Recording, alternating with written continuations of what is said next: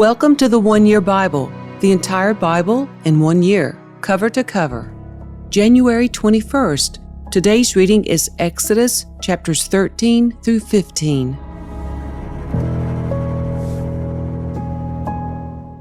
Then the Lord said to Moses, "Dedicate to me every firstborn among the Israelites.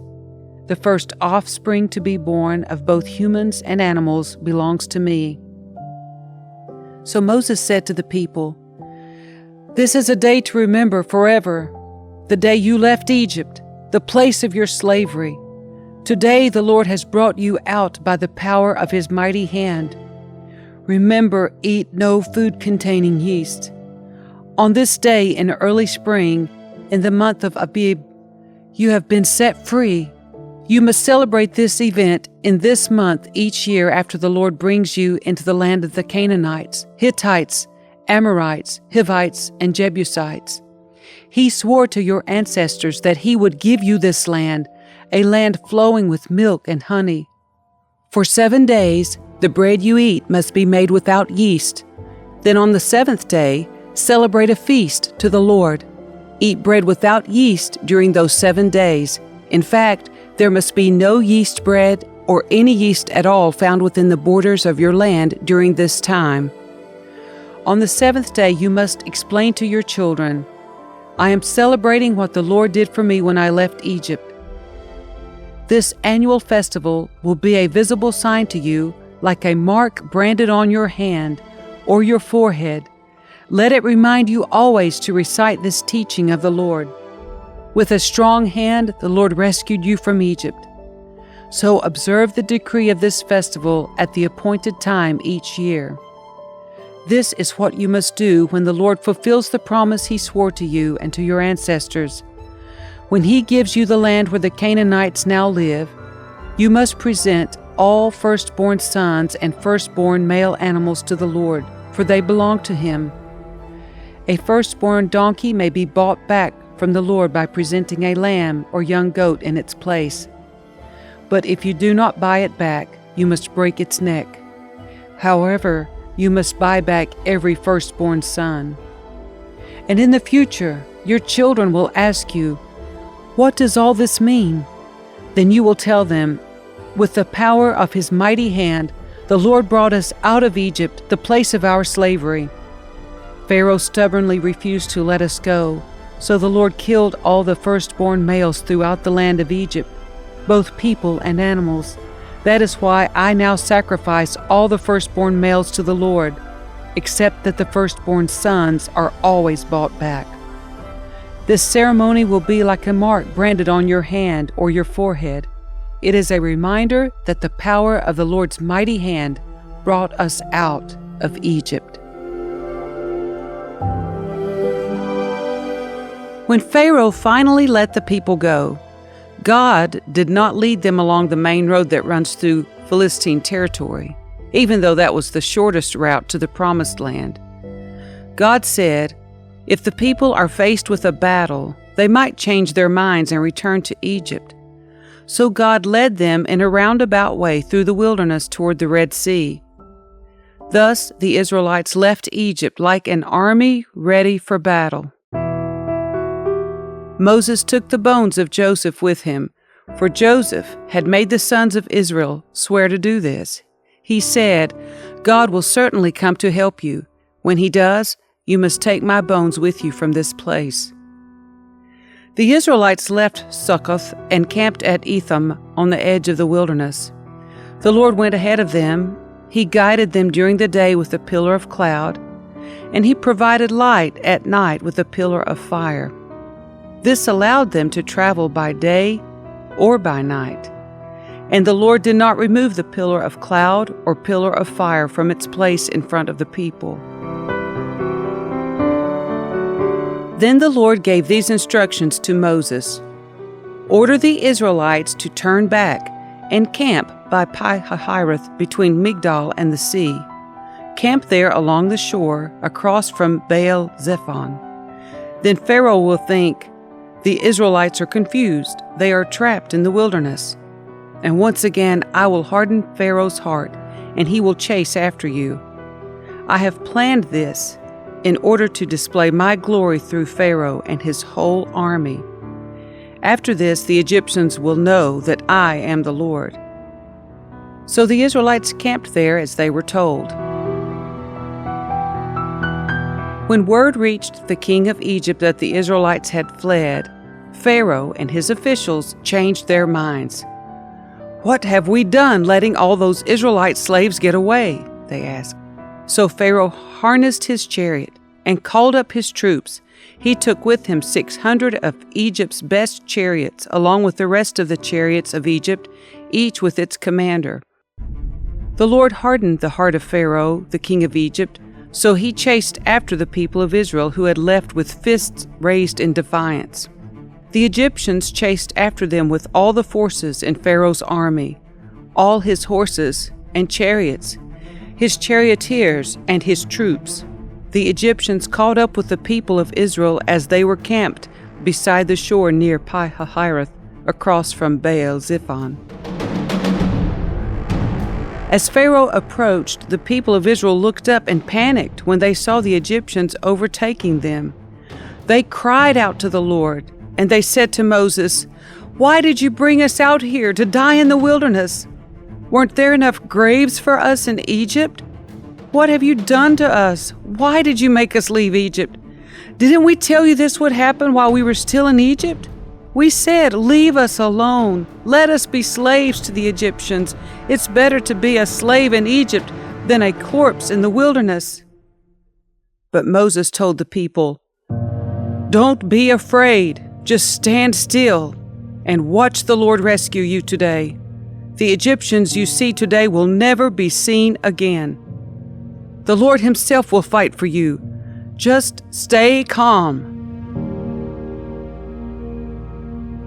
Then the Lord said to Moses, "Why are you crying out to me? Tell the people to get moving. Pick up your staff and raise your hand over the sea. Divide the water so the Israelites can walk through the middle of the sea on dry ground. And I will harden the hearts of the Egyptians, and they will charge in after the Israelites. My great glory will be displayed through Pharaoh and his troops, his chariots and his charioteers. When my glory is displayed through them, all Egypt will see my glory and know that I am the Lord." Then the angel of God who had been leading the people of Israel moved to the rear of the camp. The pillar of cloud also moved from the front and stood behind them. The cloud settled between the Egyptian and Israelite camps. As darkness fell, the cloud turned to fire, lighting up the night. But the Egyptians and Israelites did not approach each other all night. Then Moses raised his hand over the sea.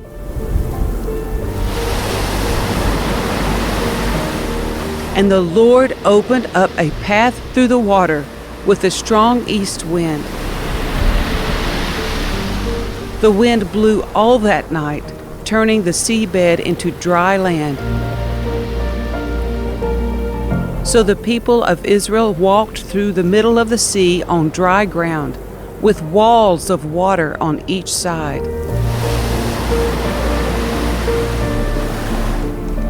Then the Egyptians, all of Pharaoh's horses, chariots, and charioteers, chased them into the middle of the sea. But just before dawn, the Lord looked down on the Egyptian army from the pillar of fire and cloud, and he threw their forces into total confusion.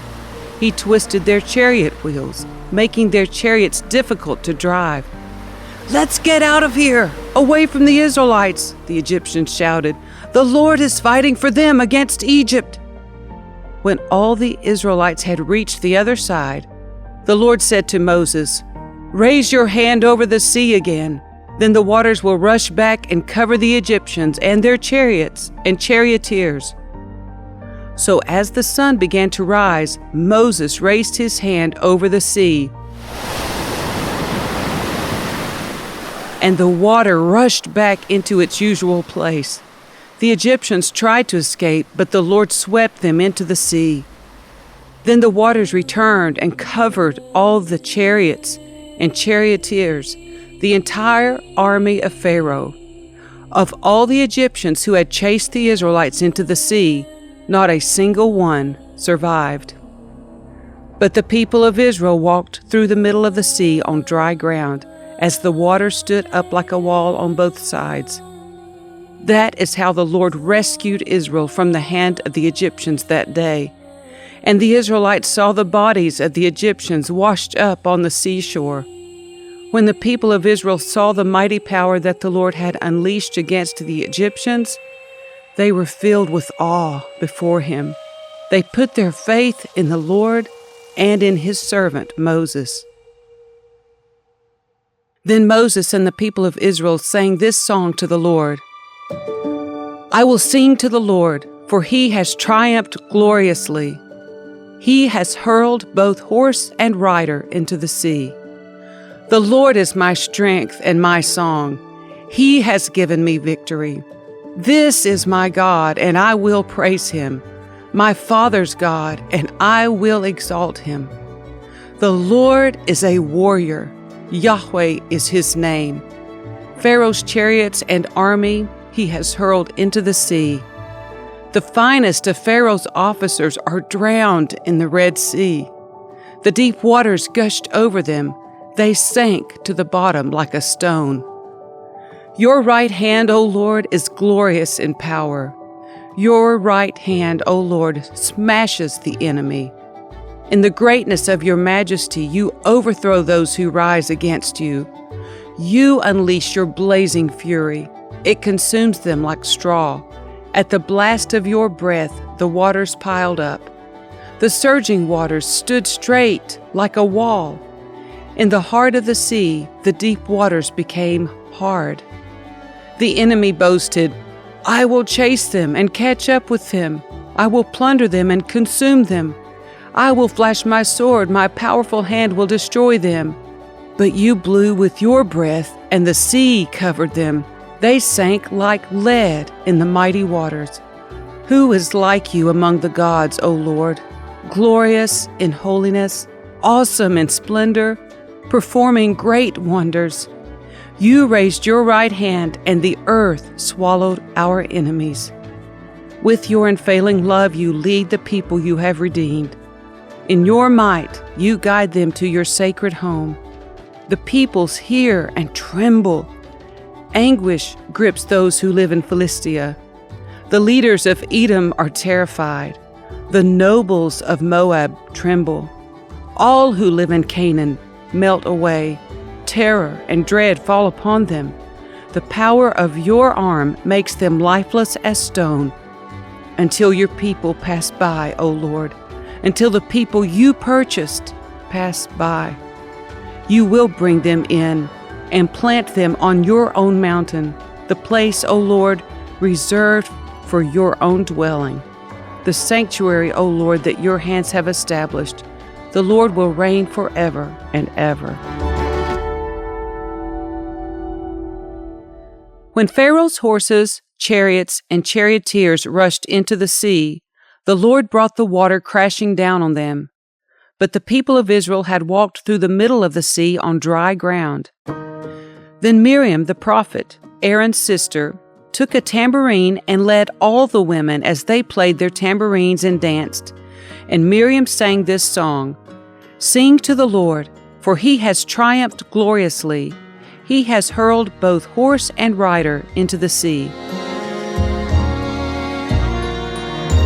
Then Moses led the people of Israel away from the Red Sea, and they moved out into the desert of Shur.